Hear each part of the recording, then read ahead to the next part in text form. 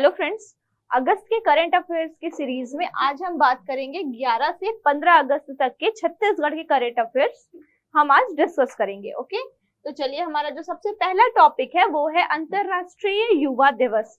युवाओं को प्रोत्साहित करने के लिए, अपने देश के लिए कुछ करने के लिए, अपने पूरे विश्व के लिए कुछ करने के उत्साह को प्रोत्साहन देने के लिए अंतरराष्ट्रीय युवा दिवस का आयोजन जो है वो किया जाता है। तो चलिए देखते हैं ये कब मनाया जाता है। 12 अगस्त को, प्रतिवर्ष 12 अगस्त को अंतरराष्ट्रीय युवा दिवस मनाया जाता है।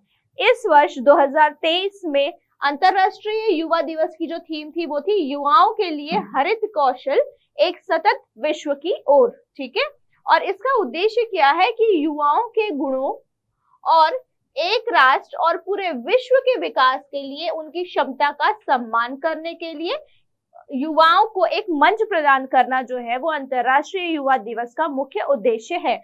और अंतरराष्ट्रीय युवा दिवस जो है वो सन 2000 से मनाना आरंभ किया गया है और सन 2000 से पूरे विश्व में 12 अगस्त को अंतरराष्ट्रीय युवा दिवस का आयोजन किया जाता है। ठीक है, अब हमारा जो अगला टॉपिक है वो है संवेदना अभियान, जो कि जुड़ा हुआ है हाथियों से।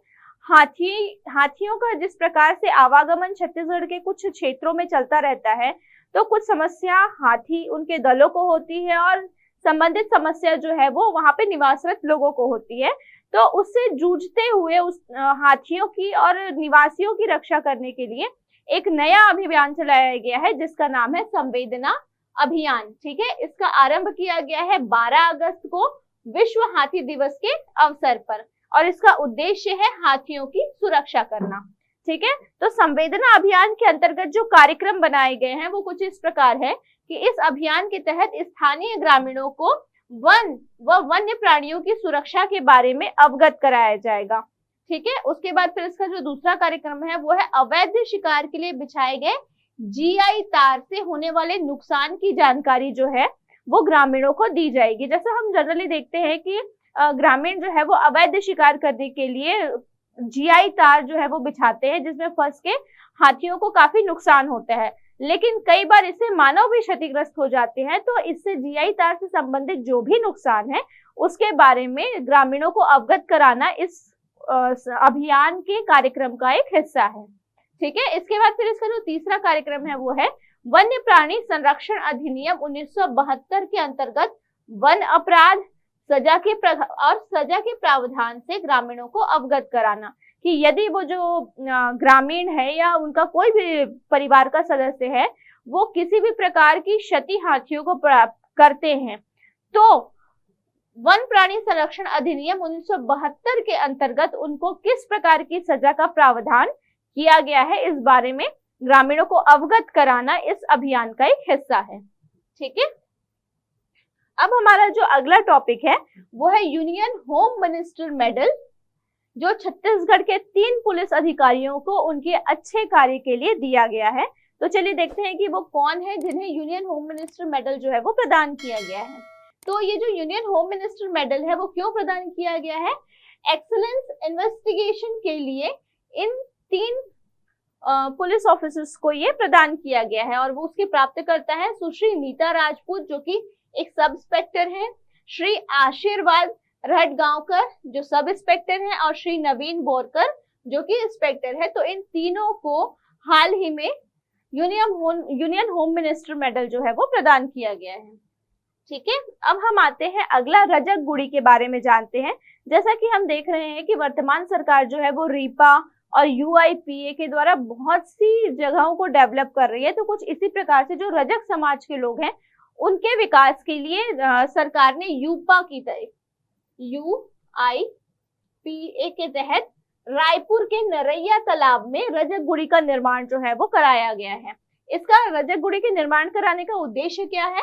परंपरागत रूप से कपड़े की धुलाई व प्रेस करने के काम में जुटे रजक समाज को आधुनिक सुविधाएं सुलभ कराना इस रजक गुड़ी का मुख्य उद्देश्य है। ठीक है, और इसमें कौन कौन सी सुविधाएं दी गई हैं?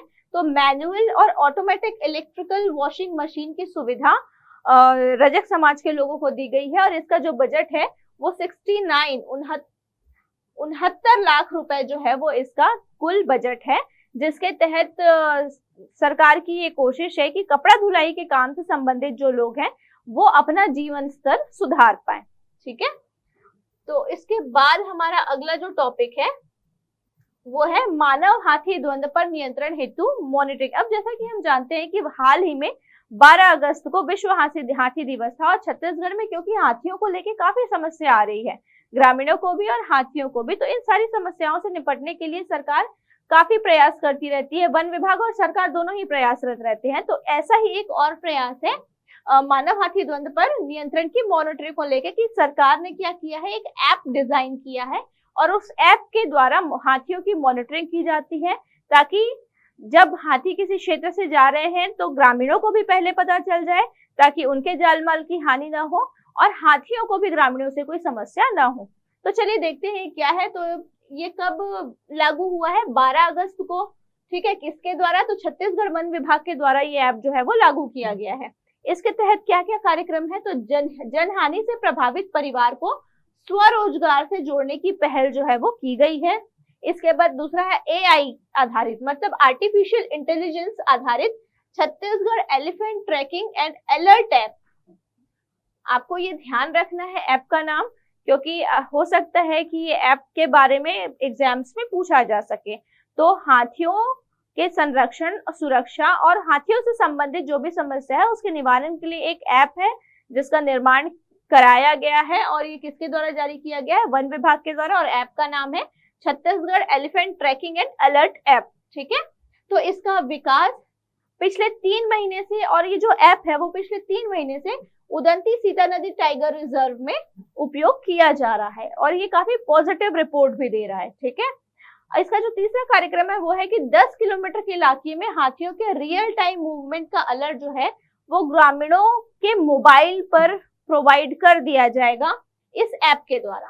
ठीक है, और चौथा है कि यह ऐप जो है वो एलिफेंट ट्रैकर से प्राप्त इनपुट के आधार पर आर्टिफिशियल इंटेलिजेंस पर काम करता है। ये ऐप कैसे काम करता है? तो एलिफेंट ट्रैकर्स लगे होते हैं, तो इन ट्रैकर्स को फॉलो करके या आइडेंटिफाई करके ये जो है वर्क करता है। किस टेक्नोलॉजी पे बेस्ड है? ये आर्टिफिशियल इंटेलिजेंस टेक्नोलॉजी पे बेस्ड ऐप ये है। ठीक है, अब जो हमारा अगला टॉपिक है वो है गज गौरव सम्मान, जो इस क्षेत्र में कार्यरत लोगों को दिया जाता है। तो इस वर्ष इसका जो आयोजन है वो भुवनेश्वर, उड़ीसा में किया गया था। 12 अगस्त को किया गया था। क्यों किया गया था 12 अगस्त को? क्योंकि 12 अगस्त को विश्व हाथी दिवस का आयोजन किया जाता है। तो छत्तीसगढ़ के एक वन रक्षक हैं श्री दीपक शर्मा जी, और गज यात्रा छत्तीसगढ़ की एक प्रोजेक्ट है गज यात्रा, तो उसकी जो टीम है गज यात्रा टीम, उनको गज गौरव सम्मान से उड़ीसा के भुवनेश्वर में 12 अगस्त को सम्मानित किया गया है। अब हमारा जो अगला टॉपिक है वो है स्वतंत्रता दिवस मुख्य समारोह 2023 में विभिन्न सेवा पुरस्कारों की घोषणा। जैसा कि हम जानते हैं कि प्रतिवर्ष स्वतंत्रता दिवस के अवसर पर कुछ उत्कृष्ट कार्यों को पुरस्कृत किया जाता है। तो इस वर्ष 2023 में हम देखते हैं कि किन लोगों को पुरस्कार वितरण किया गया है। ठीक है, तो सबसे पहला जो पुरस्कार है वो है पुलिस वीरता पदक, जो कुल 7 पुलिस अधिकारियों को प्रदान किया गया है। इसके बाद है भारतीय पुलिस पदक, जो कि 11 अधिकारियों को प्रदान किया गया है। इसके अलावा गृह रक्षक व नागरिक सुरक्षा सराहनीय सेवा पदक, जिसे दिया गया है 2 लोगों को दिया गया है, श्री हरिभूषण सोनी और श्री कन्हैयालाल साहू जी को। ठीक है,